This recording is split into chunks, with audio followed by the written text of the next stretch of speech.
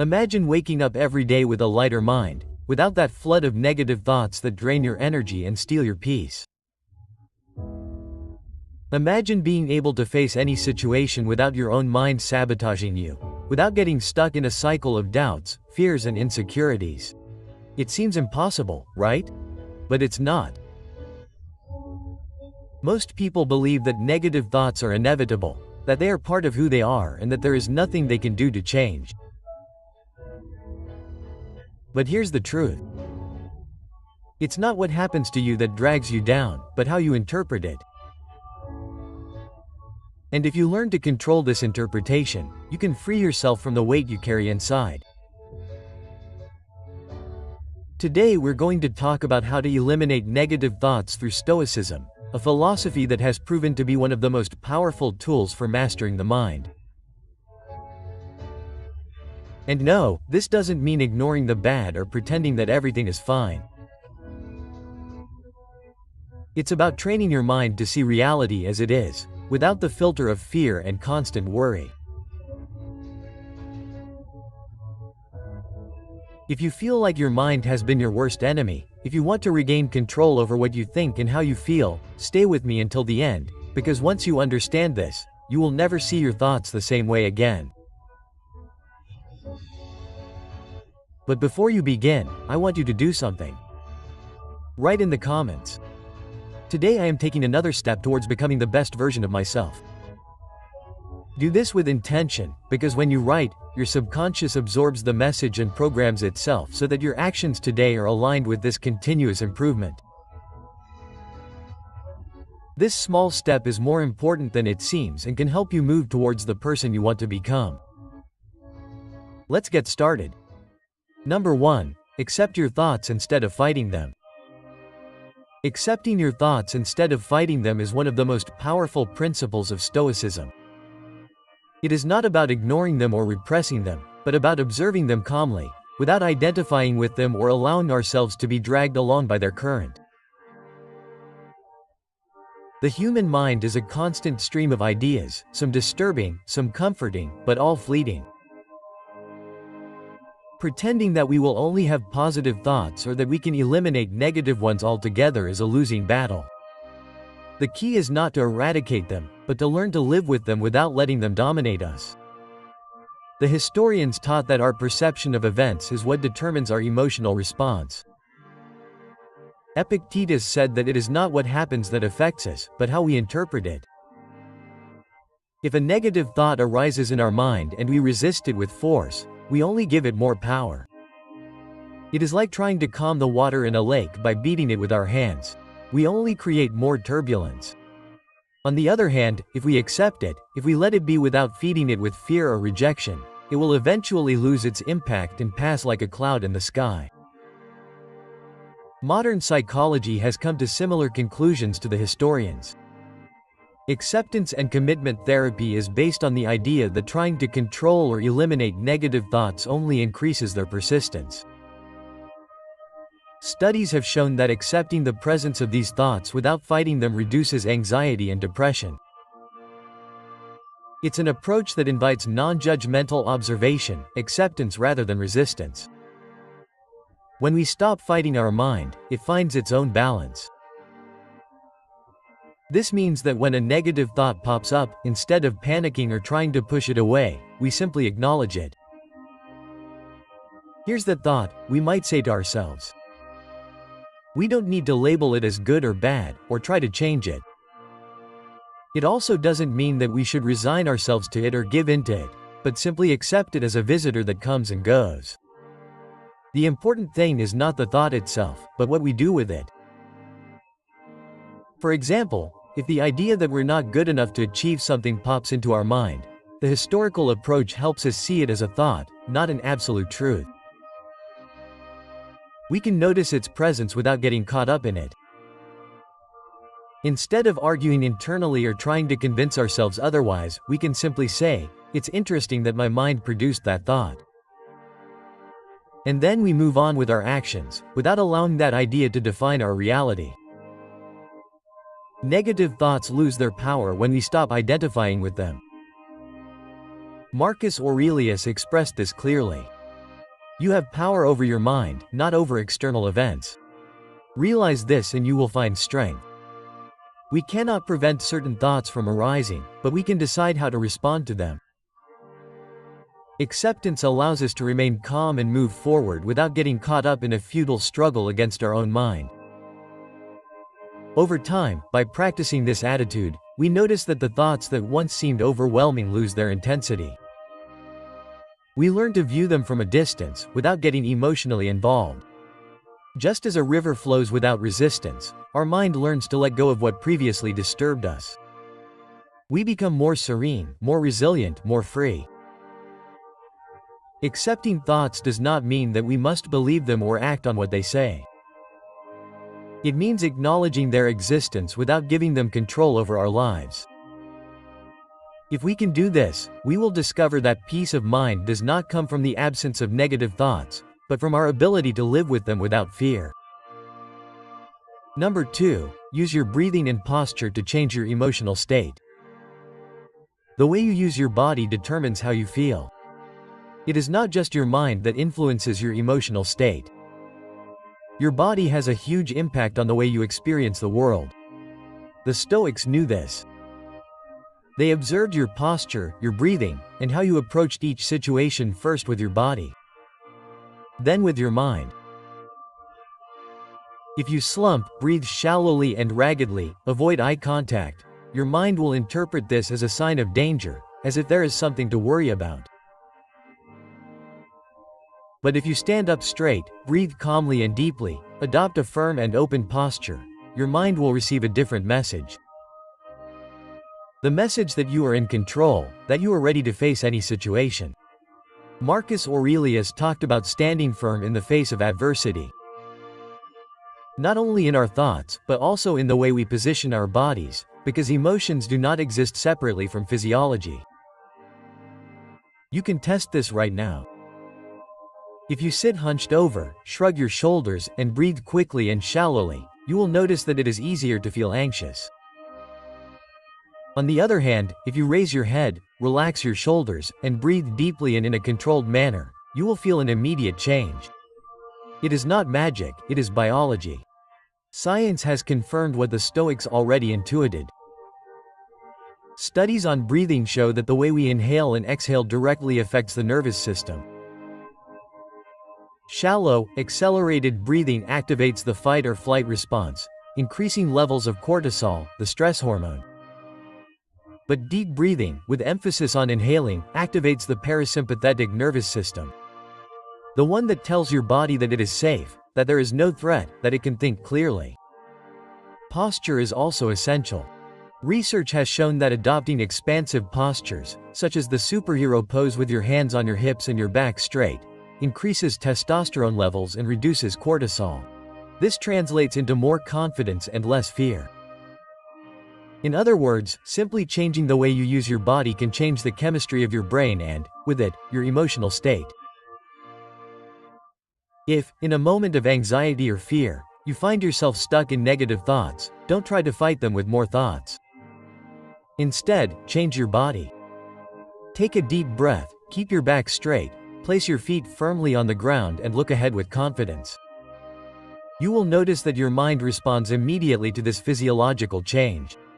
You don't need words to convince yourself that you are in control. Your body will already be telling your brain that. The Stoics believed in self-mastery, and an essential part of this mastery is the way we manage our physical presence. It's not just about what we think, but how we position ourselves in the world. Epictetus said that we should not shrink from adversity, but face it with determination.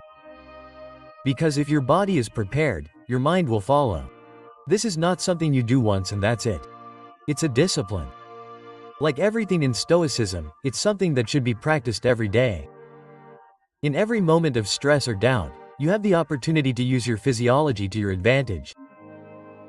You don't have to rely on motivation or wait for your mind to decide to feel better. Just adjust your posture. Breathe deeply, stay calm. Let your body teach your mind how to feel. Over time, this becomes a habit. You stop being a victim of your emotions, because you have learned to control them through your own body.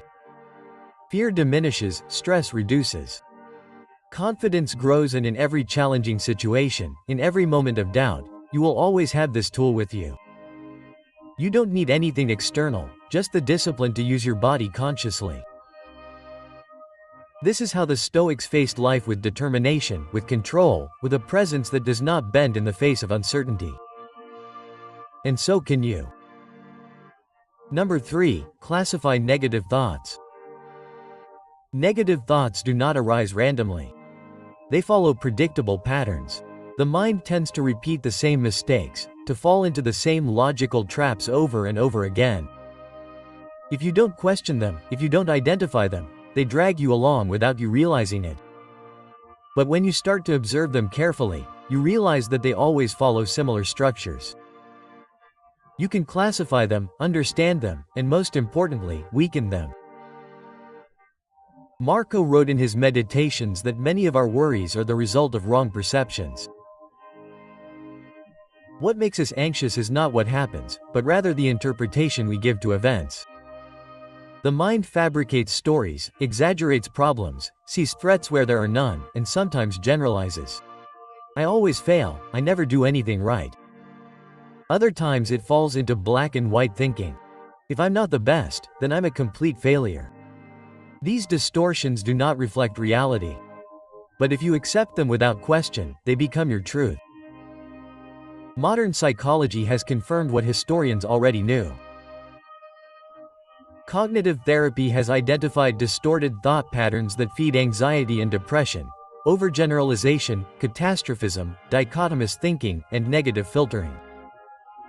These are the same mistakes that Marcus Aurelius and Epictetus warned about in their writings. When we fall into them, our minds deceive us, making us believe that the problem is bigger than it really is, but if we can identify and classify them, they lose their power over us. Think of a negative thought that repeats itself in your life. Maybe when you fail at something, your mind says, "I'm useless." What kind of mistake is that? It's an overgeneralization. Because a single failure does not define your value as a person. Or maybe you think, if I don't do this perfectly, then it's useless. That's black and white thinking. A distortion that prevents you from seeing the nuances of reality. When you label a negative thought, you separate it from yourself. It ceases to be an absolute truth and becomes just a logical error. Instead of wallowing in it, you can observe it from a distance. Ah, there's that generalization again. You can say it to yourself. And when you see it for what it really is, it loses its power. You don't have to argue with the thought, or try to eliminate it. You just have to acknowledge it and label it. Epictetus said that it's not the things that upset us, but the opinions we have about them. If you learn to question those opinions, to notice when your mind is slipping into a repetitive pattern, you begin to regain control. This doesn't mean that you'll never have negative thoughts again, but it does mean that they won't affect you in the same way. This is an exercise you can practice every day. When a negative thought comes up, don't accept it immediately. Ask yourself what category it falls into. Is it an exaggeration? Is it an absolutist thought? Is it a hasty conclusion? The more you practice this classification, the faster you will catch these errors and the less impact they will have on your emotions. Over time, you will notice a change. Thoughts that would have previously left you stuck in worry now pass you by without affecting you. You learn to see them for what they really are. Mental constructs, not absolute truths. And instead of reacting impulsively to them, you respond calmly and clearly. That is the power of historical observation. It is not about avoiding negative thoughts, nor about fighting them, but about understanding their nature, seeing them objectively, because when you understand them, they lose their control over you. And that is where you find true freedom. Number 4, write down and externalize your negative thoughts. Writing down your negative thoughts is a powerful tool. What is not named controls us. What is expressed loses power. When anxiety or sadness invades you, put them into words. Write without filter, without censorship, without worrying about grammar or coherence. Let them flow onto the paper, as if you were emptying a glass full of murky water. It doesn't matter if the thoughts are dark, irrational, or exaggerated. The important thing is to get them out of your head and make them visible. By writing them down, you will see them for what they really are. Thoughts, not absolute truths. The mind is a chaotic narrator that often repeats stories of fear, failure, and hopelessness. But when you write, you become the observer of these stories and not their victim. You will realize that many of these thoughts have no real basis, that they are assumptions, distortions of reality, perhaps exaggerations about situations that never even happened or memories that have been distorted by time and emotion. Science confirms this exercise. Studies show that expressive writing reduces stress, improves mental health, and even strengthens the immune system. Writing about what is tormenting you allows you to process these feelings in a structured way. It's a way to give shape to the internal chaos. What was once a whirlwind of loose thoughts is now trapped on a sheet of paper, with boundaries that have a beginning and an end. And when something has shape, it's easier to deal with. Try it now. Take a piece of paper and write down the thoughts that torment you the most. Don't judge them. Just let them come out, as if you were emptying a cluttered drawer. Don't try to embellish them or give them logic. Just get them out. Then, when you're done, look at what you've written and give those thoughts a name. But not just any name. Choose a name that makes you laugh a little, that takes the weight off of what you're feeling. If your anxiety tells you that you're a failure, call that thought the relentless movie critic. If your mind insists that no one loves you, call that thought the horror movie that never happened. Giving your thoughts a name takes away the mystery and the power they have over you. This simple act of externalization transforms your relationship with your mind. You are no longer a hostage to your thoughts, you no longer take them as absolute truths.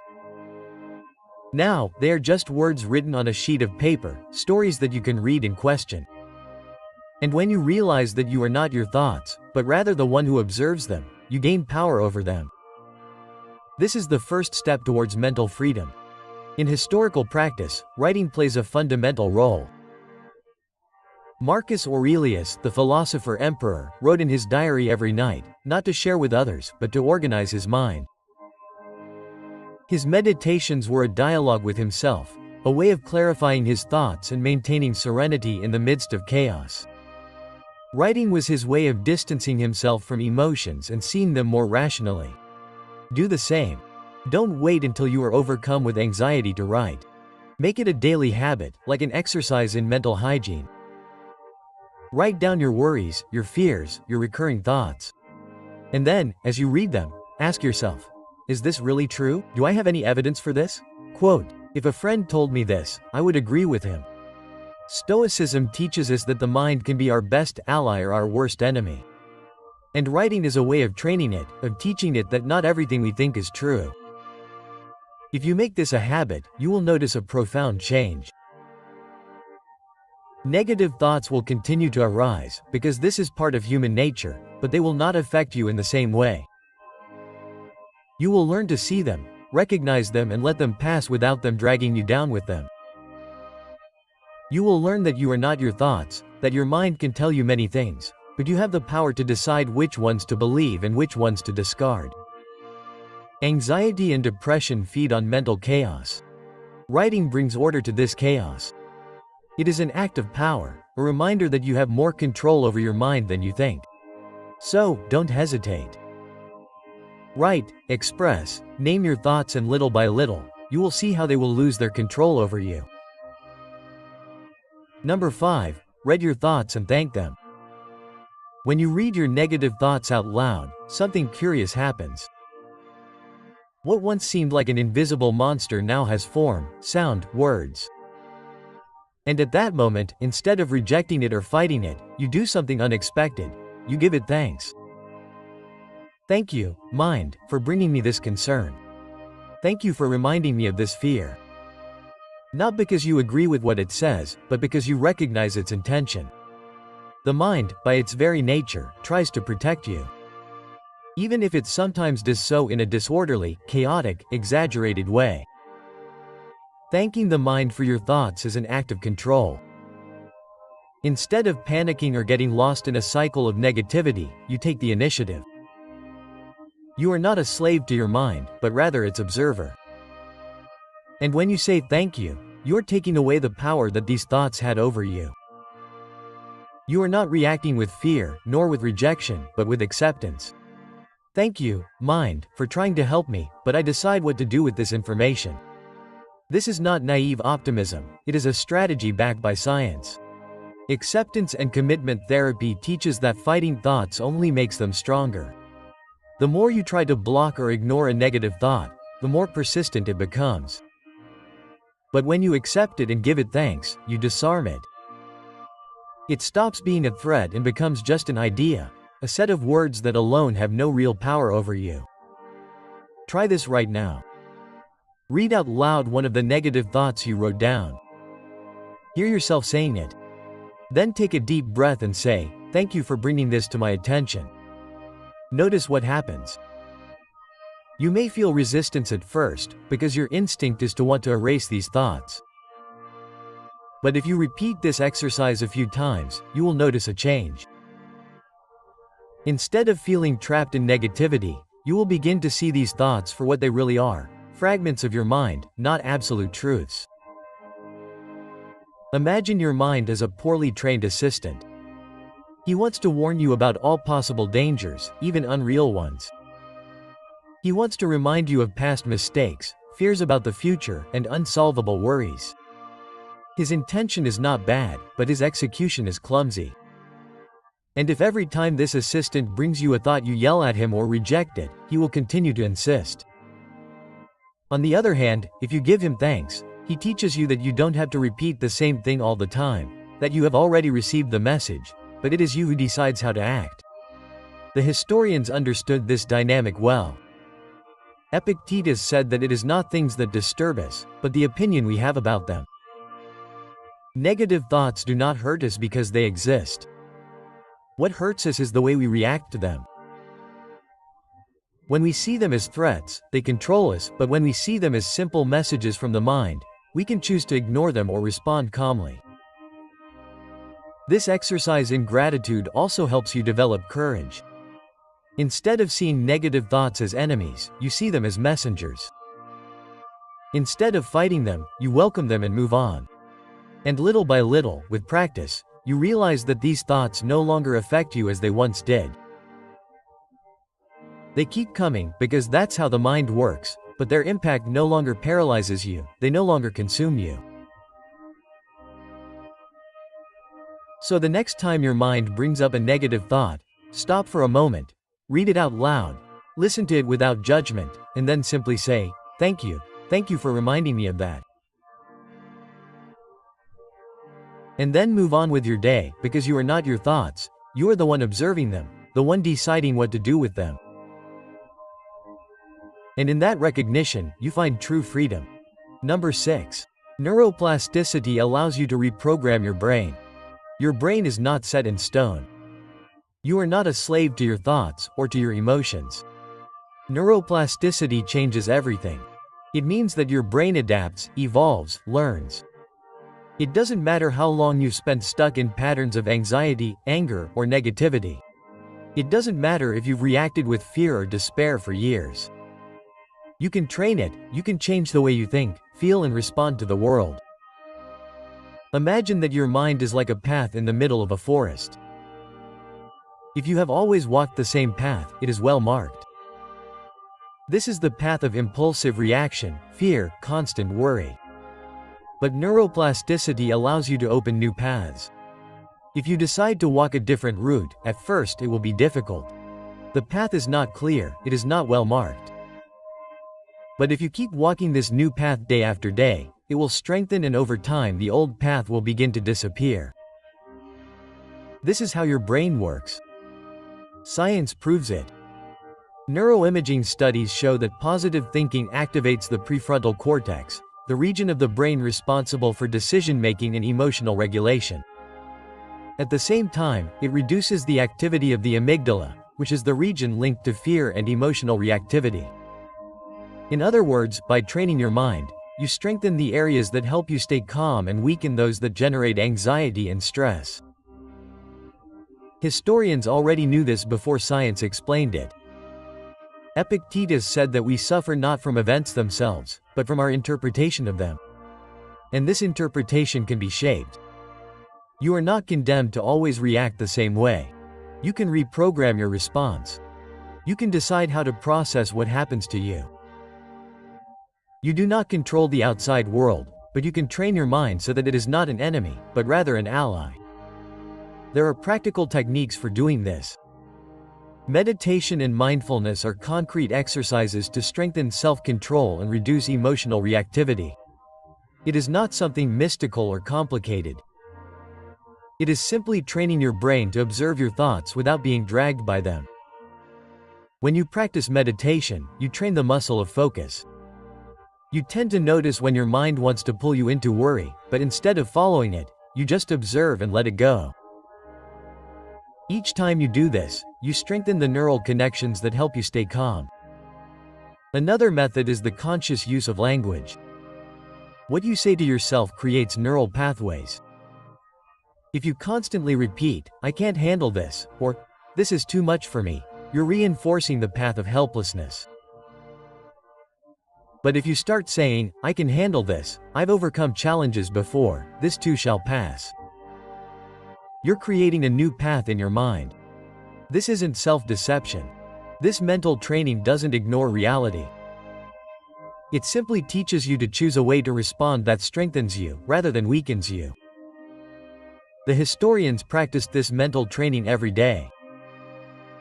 Marcus Aurelius, in his Meditations, wrote reflections to remind himself that everything is temporary, that emotions are temporary, and that true strength lies in the mind. He didn't expect to feel good automatically. He knew that this was a process of discipline and repetition. And that's exactly what neuroplasticity shows us. Repetition creates change. Consistency shapes the brain. If you practice this every day, you will notice real change. It doesn't mean that you will never experience stress or anxiety again, but it does mean that you will have more control over how you respond to them. You will notice that you face situations with more calm, that worries no longer dominate you as before, that you can face challenges with greater mental clarity. Your brain will be better trained to respond with rationality and not with panic. So, don't let the old story of your mind define you. You are not your automatic thoughts. You are not your momentary emotions. You have the power to change. You have the ability to train your brain to work in your favor. Neuroplasticity is real and Stoicism already knew this. The mind is shaped by practice. So start today. It won't be immediate, but each small effort is building a stronger, more serene, freer brain. Number 7. Avoid mental inactivity in the long term. The mind is like water. If it remains stagnant, it rots. When you don't direct it, when you let it drift, it begins to fill with repetitive thoughts, useless worries and imaginary fears. It is no coincidence that when you are doing nothing, negative thoughts arise with greater force. This happens because a mind without direction seeks something to focus on, and often what it finds are anxieties, insecurities and doubts. A resting brain is not a brain at peace. Prolonged inactivity does not bring calm, it brings restlessness. Studies confirm this. When the mind does not have a clear purpose, it tends to focus on the negative. This is an evolutionary mechanism. Our brain is designed to detect threats and anticipate problems. If we do not give it something to occupy itself with, it will start looking for dangers even where there are none. This is why mental rumination is so common. When we are not doing anything, thoughts go around in circles without reaching any conclusion, only consuming our energy and our energy. Historians understood this centuries ago. They did not believe in the inactivity of the mind. For them, time was a valuable resource that needed to be used with intention. It was not about being busy for the sake of being busy, but about keeping the mind focused on something useful. Marcus Aurelius wrote his reflections every day, not only as a philosophical exercise, but as a way of directing his CEC. He warned about the dangers of mental idleness and letting oneself be carried away by uncontrolled thoughts. Keeping your mind active does not mean filling your time with empty distractions. It is not about consuming meaningless content or being constantly entertained, but rather about nourishing your mind, challenging it and training it to focus on what really matters. Learning something new is one way to do this. Reading, writing, solving problems, developing skills. All of this keeps your brain moving, strengthens your resistance to stress and reduces anxiety. Active meditation is also a powerful tool, and you don't have to sit in silence with your eyes closed to practice it. If this is not for you, you can meditate while walking, while exercising, while doing everyday tasks. The important thing is to be present, to train your mind not to get lost in useless thoughts. Every time you notice that your mind has wandered, you can bring it back to the present. You are strengthening your ability to concentrate. You are taking control of your mind instead of letting it control you. Solving puzzles, playing logic games, learning a language or a musical instrument are also ways to keep your mind active and constantly developing. In addition to making you more skilled, this reduces the mind's tendency to fall into rumination. Science confirms this. When the brain is engaged in a challenging but possible task, it releases dopamine, which improves mood and motivation. On the other hand, when the mind is inactive for a long time, it increases activity in areas associated with worry and anxiety. Stoicism does not advocate hyperactivity or work without rest, but advocates the conscious use of time. Don't let the days slip by through inertia. Don't allow the mind to become a breeding ground for destructive thoughts. If you find yourself stuck in cycles of worry, in moments of inactivity that only feed your anxiety, change your focus. Direct your mind towards something useful, something that makes you grow. It doesn't have to be a big project or a complicated goal. All it takes is small actions to keep your mind moving, to keep it from getting caught up in negative thoughts. When you take control of your mind, when you choose where to focus your attention, you reduce its tendency to sabotage you. Negative thoughts lose their power when you are focused on something bigger than them. It's not about ignoring them, but about not giving them the space to dominate your day. So move, train your mind, use it with intention. Prolonged inactivity brings chaos. Purposeful action brings clarity, and in that clarity you find freedom. Number 8. Practice self-forgiveness. Making mistakes is inevitable. No matter how hard we try to do everything right, at some point we will fail. And when that happens, that voice in our head appears. The voice that judges us mercilessly, that tells us we're not good enough, that we should have known better, that maybe we don't deserve another chance. But Stoicism teaches us something fundamental. Mistakes don't define us. What defines us is how we respond to them. You are not the mistake you made. You are the person who learns from it and moves on. Marcus Aurelius, in his Meditations, wrote that guilt is meaningless if it does not lead us to action. Feeling bad about a mistake forever does not undo it, does not change the past, it only binds us to it. If something has gone wrong, the only rational response is to ask, what can I do better next time?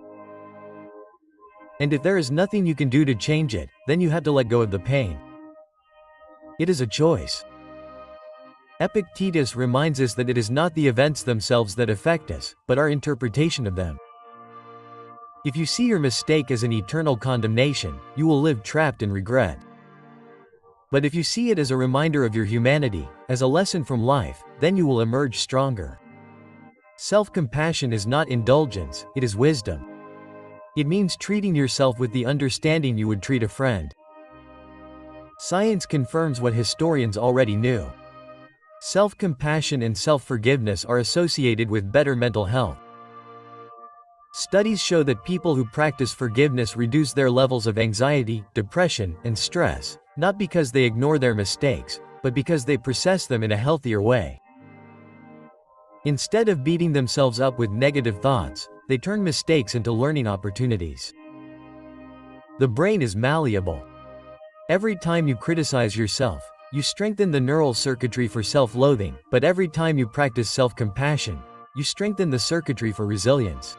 Over time, your mind learns to respond differently. It's not an overnight change, but you can train your mind to forgive yourself as easily as you would someone else. When you fail, stop for a moment. Observe the situation without judgment. Ask yourself, what was I trying to do at that moment?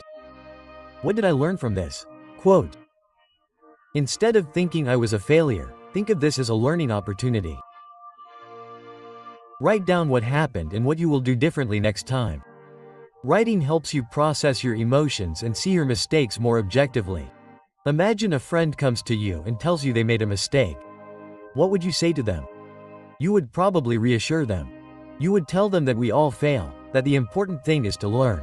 Now, apply this same advice to yourself. Treat yourself with the same patience and understanding. Constant self-criticism does not make you better, it only keeps you stuck in a state of unnecessary suffering. When you practice self-forgiveness, you free yourself from the burden of the past. This does not mean ignoring the consequences of your actions, but rather facing them with maturity. Instead of getting stuck in what was, you create space for what could be. You reduce rumination, you reduce stress, and you allow your mind to focus on the present. Each day is an opportunity to do better. You are not your mistake. You are not your negative thoughts. You are the person who has the capacity to learn, grow, and move forward with greater wisdom. So let go, forgive yourself, and move forward. Number 9. Create a positive environment that supports your mental shift. Your mind is like a garden. What you plant in it grows. If you surround yourself with negativity, complaints, and distractions, and without purpose, it will dominate your life. But if you choose to surround yourself with ideas, people, and environments that inspire you, your mind will flourish. Your thoughts will be clearer, stronger, and more positive. The historians understood this very well. Epictetus said that we should be careful about the company we choose, because external influences affect the way we think and act. If you spend time with people who are always complaining, who see the world as a hostile and hopeless place, it is inevitable that this energy will permeate you. But if you surround yourself with people who seek to improve, who have perspective, who face challenges with calm and rationality, your way of thinking will also change. Marcus Aurelius warned about the importance of what we let into our minds. He said that our souls are colored by the color of our thoughts.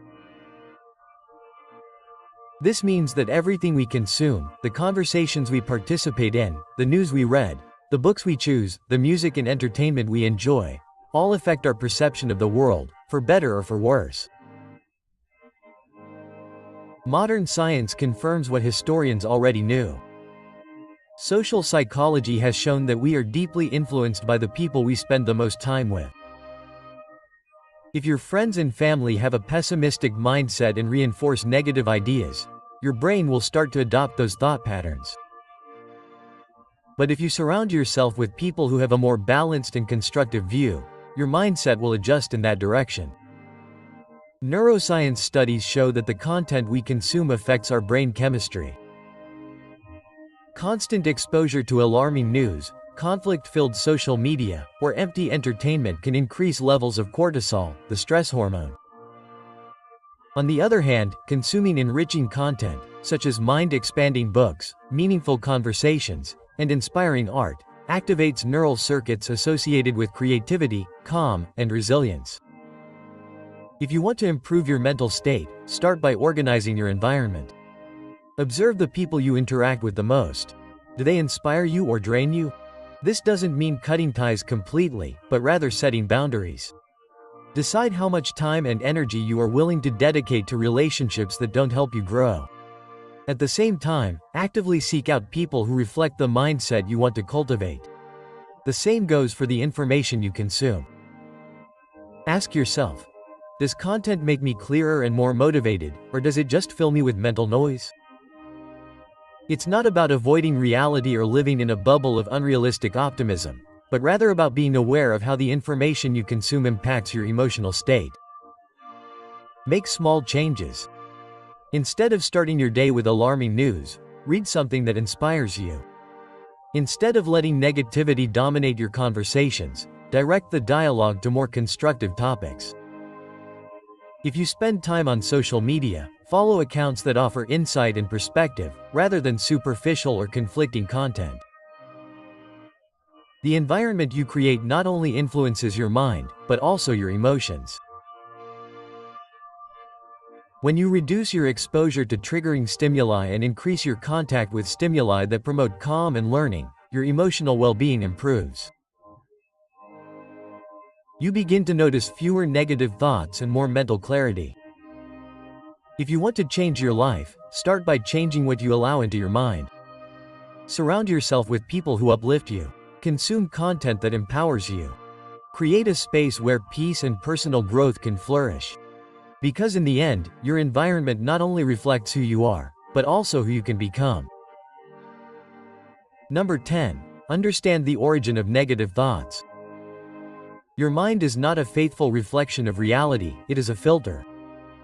Everything you think, feel and experience first passes through the lens of your interpretation. When something happens, you do not react to the event itself, but to the story your mind creates about that event. This story may be accurate or it may be distorted by beliefs, fears, and past experiences. This is where negative emotions arise. They are not a reflection of reality, but of how we perceive it. Epictetus said this centuries ago. It is not what happens that affects us, but what we tell ourselves about it. The same event can generate completely different responses in different people. A layoff from work, for example, can be seen as a tragedy, an injustice, or an opportunity for growth. It is not the event itself that causes suffering, but the interpretation we give it. And if we learn to change our interpretation, we change our experience. Modern psychology has confirmed what historians already knew. Cognitive compulsive therapy, one of the most effective therapies for anxiety and depression, is based on the idea that our thoughts directly influence our emotions. If you always interpret situations in the worst possible light, your mind will get stuck in a cycle of negativity. But if you learn to question these thoughts and see things more clearly, you can reduce their impact. Negative thoughts often arise because we assume things without questioning them. If something goes wrong, we think all is lost.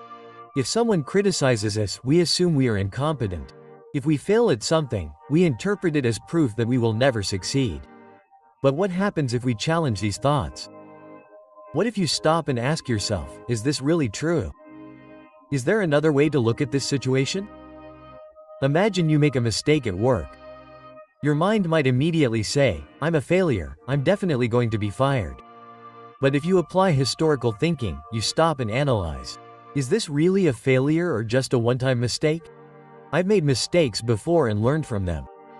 I've been fired every time I've messed up. When you do this, you realize that your mind was overreacting and the negative thinking loses its power. Changing your perspective doesn't mean ignoring reality or fooling yourself with empty optimism. It means training your mind to see things as they really are, without the distortions of fear and insecurity. The Stoics practiced an exercise called bird's eye view. Imagine looking at your life from afar, as if you were an outside observer. From this perspective, problems that seem huge become smaller. You realize that many worries are temporary and that you have more control than you think. When you learn to question your negative thoughts, you begin to notice a change. You no longer react immediately with fear or frustration. Instead, you take a breath, observe the situation calmly, and choose a more rational interpretation. And by doing so, you reduce unnecessary emotional burden. You can't control everything that happens around you, but you can control the story you tell yourself about those events. And when you change that story, you change your experience. So the next time a negative thought comes up, don't take it as an absolute truth. Observe it, question it, and choose the perspective that helps you move forward and doesn't paralyze you, because in the end, The power of your thoughts is not in the events themselves, but in the way you choose to interpret them. Number 11, train your attention to control your mind. Your mind is like a dog without a leash. If you never train it, it will run after any stimulus, react to any noise, and give itself over to uncontrollable impulses. But if you learn to guide it, if you give it structure, it will become obedient, focused, and disciplined. Most people live trapped in an uncontrolled mind, jumping from one thought to another, dragged along by their emotions, without realizing that they have the ability to regain control. You are not a slave to your thoughts. You can train your attention to direct it where you really want it. Epictetus said that a free man is one who masters himself, and mastery begins with attention. If every thought that arises controls you, then you are a prisoner of your own mind. But if you can observe your thoughts without reacting automatically, then you begin to be free. You cannot prevent negative thoughts from appearing, but you can decide whether to follow them or let them pass by. This is the difference between a trained mind and a chaotic mind. Neuroscience has already proven that attention shapes the structure of the brain. What you repeatedly focus on becomes stronger. If you constantly focus on worries, you reinforce the neural connections of negativity, and negativity becomes automatic. But if you train your attention to focus on the useful, the rational, and what is under your control, then you create new connections that strengthen your mental clarity and emotional stability. The mind is not fixed, it changes depending on how you use it. Most people don't even realize how their attention is hijacked by irrelevant thoughts. They go from a painful memory to a future worry, without realizing that they are stuck in a mental loop. To train your attention, the first step is to notice where it is going. Observe your thoughts without identifying with them. You are not what you think. A thought is just a thought, an electrical impulse in the brain. It has no more power than the one you give it. When a negative thought comes up, don't follow it automatically. Imagine it as a notification on your cell phone. You can open it and get lost in it, or simply ignore it and continue with what you were doing. Attention is like a muscle. The more you exercise it, the stronger it becomes. If each time your mind wanders, you bring it back to the present, you will be training your attention. It will be difficult at first, but over time it will become natural. An effective technique for this is to anchor your attention in your breathing. When you notice that a negative thought has taken over, bring your attention to the sensation of the air entering and leaving your body. Breathing is always in the present. It does not belong to the past or the future. Each time you return to it, you give your mind a break, an opportunity to step out of the cycle of worry. Another way to train your attention is to question your automatic thoughts. If your mind tells you that this is going to go wrong, stop and ask yourself, is this a fact or just an assumption? Don't accept every thought as absolute truth. Analyze it, question its logic. Look for alternatives. An uncontrolled mind believes it has everything it thinks. A trained mind questions, observes, and chooses. When you train your attention, you notice that negative thoughts lose strength, not because they disappear, but because they no longer affect you in the same way. You no longer react with the same intensity. You learn to give space to these thoughts without them controlling you. And over time, your mind becomes calmer, clearer, and more resilient. True freedom is not doing whatever you want. It is being your own master. Mastering your attention is the first step to mastering your mind. And when you master your mind, no thought has power over you. I sincerely hope that this message has been helpful. I want to sincerely congratulate you for making it this far and completing the video. This means that you want to improve as a person. If you liked the video, leave a comment. If you don't know what to comment, comment with gratitude. That way I will know that you watched until the end. If you are not yet subscribed to the channel, what are you waiting for? Subscribe now and join us. Stoicism is full of teachings like this, which are applicable to our daily lives. Therefore, I encourage you to continue learning about this philosophy. Here are 2 videos full of historical wisdom so that you can continue learning. Until next time.